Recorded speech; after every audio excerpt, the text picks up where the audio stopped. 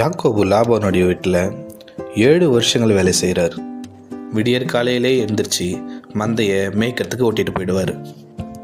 ஆடு மேய்க்கிறது, மாடு மேய்க்கிறது, பயிரிடுறது, நிலத்து வேலைகளை செய்கிறதுன்னு எல்லா விதமான வேலைகளையும் 7 வருஷமாக கஷ்டப்பட்டு செய்கிறார்.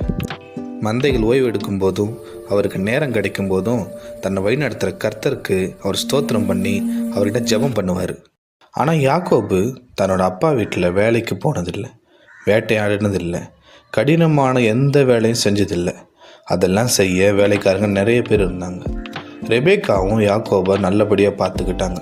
ஆனால் ராக்கேலை பிடிச்சதாலையும் ஏசா கிட்ட உண்டான பகையினாலையும் ஒரு செல்வந்தரோட மகன் வேலைக்காரனா 7 வருஷம் வேலை செய்ய வேண்டிய நிலைமைக்கு தள்ளப்பட்டார். மாலை வேலையானதும் மந்தையை வீட்டுக்கு கூட்டிகிட்டு வந்துடுவார். வீட்டுக்கு வந்ததும் மந்தையினுடைய எண்ணிக்கையை ஒவ்வொரு ஆடுகளையும் தனியாக எண்ணி பார்ப்பார். எந்த ஆடும் தொலைஞ்சு போகாத அளவுக்கு பத்திரமாக பார்த்துக்கிட்டார். லாபான் சில வருடங்கள் கழித்து மந்தையை பார்க்கும்போது பிரமிச்சு போய் அப்படியே உக்காந்துடுறாரு. ஏன்னா அவர் கொடுக்கும்போது கொடுத்த ஆடுகள் சொற்பம், ஆனால் இப்போவோ அது மிகப்பெரிய மந்தையாக இருக்குது. ஒரு நாள் யாக்கோபு ஆட்டு மந்தையில் வேலை செய்யும்போது அவரோட வலது கையில் அவருக்கு ஒரு அடிப்படுது. காயம் கொஞ்சம் பலமாக தான் இருக்குது. அதனால் அவரால் சரியாக எந்த வேலையுமே செய்ய முடியல. அந்த நாள் முழுக்கவே அவர் கொஞ்சம் சோர்வாகவே இருக்கார். அந்த வலி அவ்வளோ இருக்குது. அடுத்த நாள் ராக்கேல் வழக்கம் போல் அப்பாவுக்கு தெரியாமல் யாக்கோபை பார்க்க வராங்க. அவர் கையில் அடிபட்டு இருக்கிறத கவனிக்கிறாங்க.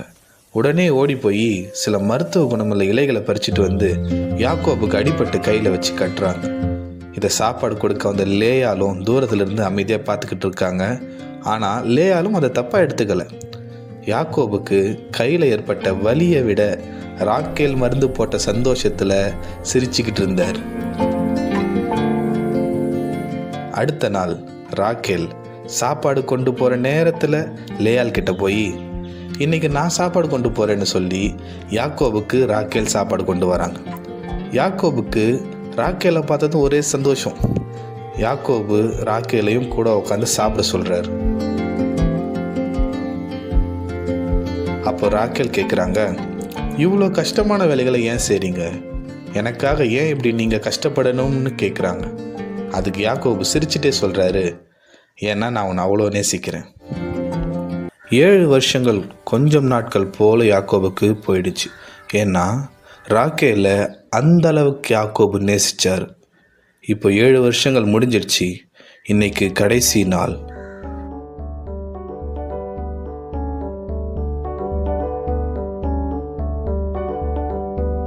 யாக்கோபு லாபான் கிட்ட போய், மாமா, நான் வேலை செய்கிறதா சொன்ன 7 வருஷங்கள் முடிஞ்சிடுச்சு. உங்கள் பொண்ணு ராக்கேல் எனக்கு கல்யாணம் பண்ணி வைங்கன்னு சொல்கிறார். லாபான் சந்தோஷத்தோட நாளைக்கு உனக்கு திருமணம் ஆகிற மகனேன்னு சொல்கிறார். ஆனால் அன்னைக்கு இரவு லாபானுக்கு தூக்கமே வரலை. தீவிரமான யோசனை இருக்கார். யாக்கோபு செல்வந்தன், என்னோட தங்கச்சி பையன், கடவுள் அவனை ஆசீர்வதிச்சிருக்கார், நல்லவனாகவும் இருக்கான். இப்போது ராக்கேலை இவனை கல்யாணம் பண்ணி அனுப்பிச்சிட்டா உடனே ராக்கேலை கூப்பிட்டுக்கிட்டு இங்கேருந்து போயிடுவான். யாக்கோபு வந்ததுக்கப்புறம்தான் நமக்கு செல்வம் பெருகி இருக்குது, நம்மோட வயல்வெளி செழிச்சு இருக்குது, ஆடு மாடு மந்தைகள் எல்லாமே பல மடங்கு பெருகி இருக்குது. இப்போவே விட்டுட்டோம்னா பழைய நிலைமைக்கு இறங்கிடுவோம். யாக்கோபு இங்கேயே இருக்க வைக்கணும்னு லாபான் யோசிச்சுட்டு இருக்காரு. பொழுது விடியுது. ஊரில் இருக்க சில முக்கியமானவங்க பெரியவங்க எல்லாரையும் கூப்பிட்டு லாபான் தன்னோட பொண்ணுக்கும் யாக்கோபுக்கும் கல்யாணம் பண்ணுறார்.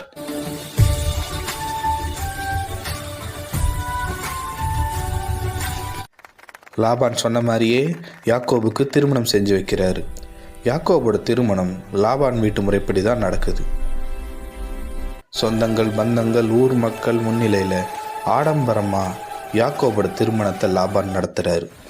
கூடியிருந்த சொந்தங்களால் திருமண நிகழ்ச்சி பயங்கர கொண்டாட்டமாக நடக்குது. விருந்து எல்லாம் சும்மா தடபுடலாக செஞ்சுருக்காங்க. திருமணமும் திருமண சடங்குகள் எல்லாம் நல்லபடியாக முடிந்தது. எல்லாரும் சாப்பிடுறாங்க. சாப்பிட்டதுக்கு அப்புறம் லாபான் என்ன பண்ணுறாருன்னா மணப்பெண்ணை யாக்கோபோட அறைக்கு கொண்டு போய் பத்திரமா விட்டுட்டு அவருடைய அறைக்கு வந்துடுறாரு. அடுத்த நாள் சூரியன் உதிக்குது. யாக்கோபு வழக்கம் போல் சீக்கிரமாக எந்திரிக்கிறார். எந்திரிச்சு உட்கார்ந்துருக்காரு. ராக்கேல் இன்னும் தூங்கிட்டு இருக்காங்க. யாக்கோபு ராக்கேலோட முகத்தை பார்க்கறதுக்காக முகத்தை மூடி இருந்த துணியை எடுத்து பார்க்குறாரு. பார்த்ததும் அதிர்ச்சி. ஏன்னா அங்கே இருந்தது ராக்கேல் இல்லை, ராக்கேலோட அக்கா லேயாள்.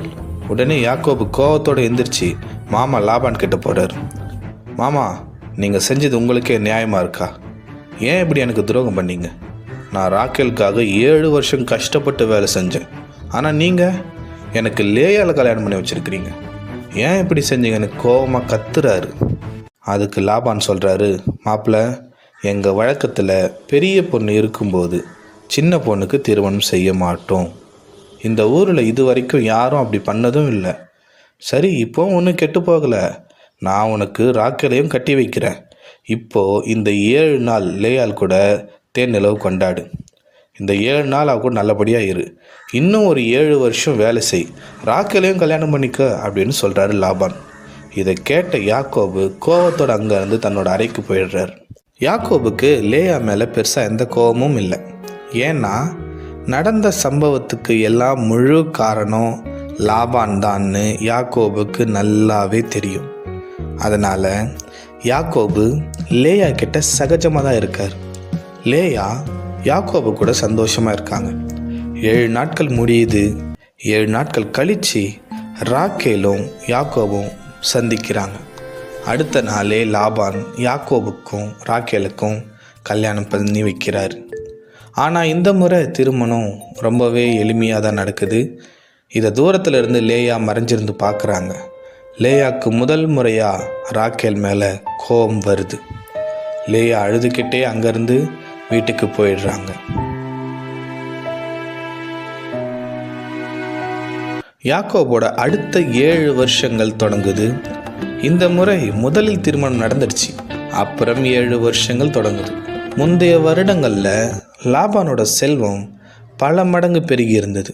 இப்போது அடுத்த 7 வருஷத்தில் அதை விட 2 மடங்காக பெருகிடுச்சு. யாக்கோபால் லாபான் மிகப்பெரிய செல்வந்தர் ஆனார். விவசாயம், கால்நடைகள் வளர்ப்பு தான் இவங்களோட பிரதான தொழிலாக இருந்தது. வியாபாரங்களும் இதிலிருந்து தான். யாக்கோபு தன்னுடைய மந்தைகளையும் நாட்களையும் தினமும் குறித்து வச்சுப்பார். ஏன் அப்படின்னா லாபான் கிட்ட முழுமையான நேர்மையை எதிர்பார்க்க முடியலை. அவர் கொஞ்சம் ஏமாத்துக்காரராக தான் இருந்தார். லேயா ஒரு நாள் தண்ணி எடுக்க கிணத்துக்கிட்ட போகிறாங்க. கிணத்துக்கிட்ட சில பெண்கள் பேசிக்கிட்டு இருக்காங்க. அவங்களுக்குள்ள லேயாவை பார்த்து கிண்டலாக பேசிக்கிறாங்க. அவங்க என்ன பேசுகிறாங்கன்னா, யாக்கோபு ராக்கேலுக்காகத்தான் முன்னாடி 7 வருஷம் லாபான்கிட்ட வேலை செஞ்சுருக்காரு. இப்போது இன்னும் 7 வருஷம் அதே ராக்கேலுக்காக தான் மறுபடியும் வேலை செஞ்சிட்ருக்காரு. இந்த லேயா ராக்கேலுக்கு இலவச இணைப்பாக தான் கல்யாணம் பண்ணி கொடுத்துருக்குறாங்க அப்படின்னு கிண்டலாக பேசிக்கிறாங்க. இதை கேட்ட லேயால் கோவத்தோட வீட்டுக்கு வந்துடுறாங்க. அடுத்து யாக்கோபுக்கு சாப்பாடு கொண்டு போய் கொடுக்குறாங்க லேயால். யாக்கோபோட மந்தையில் வேலை செய்கிறவங்களும் வேறு மந்தையில் வேலை செய்கிறவங்களும் மேய்ப்பர்களும் கூட இதை பற்றி தான் பேசிக்கிட்டு இருக்காங்க. சரி, இவங்க தான் அப்படி பண்ணுறாங்கன்ட்டு வீட்டுக்கு வந்தால் ராக்கேலும் லேயால அடிக்கடி எனக்காக தான் யாக்கோபு 14 வருஷமாக வேலை செஞ்சார், ஆனால் அதுக்கு நீ தான் காரணம், உன்னால தான் யாக்கோபோட வேலை நாட்கள் 2 மடங்கு ஆயிடுச்சுன்னு வாக்குவாதம் பண்ணுறாங்க, சண்டை போடுறாங்க. இது எல்லாத்தையும் தாங்கிக்க முடியாமல் லேயா ரொம்பவே மனமுடைஞ்சு போகிறாங்க. மற்றவங்க பேசுகிறத பற்றி கவலைப்படலைன்னா கூட ராக்கேல் பேசுகிறத நினச்சி லேயா கவலைப்படாமல் இருக்க முடியல. லேயா யாக்கோபு திருமணம் முழுக்க முழுக்க லாபானோட திட்டம்தான். இதில் நான் என்ன பண்ணேன்னு லேயா புலம்பிக்கிட்டும் அழுதுகிட்டும் இருக்காங்க. இவங்க அழுறத கர்த்தர் பார்க்குறார்.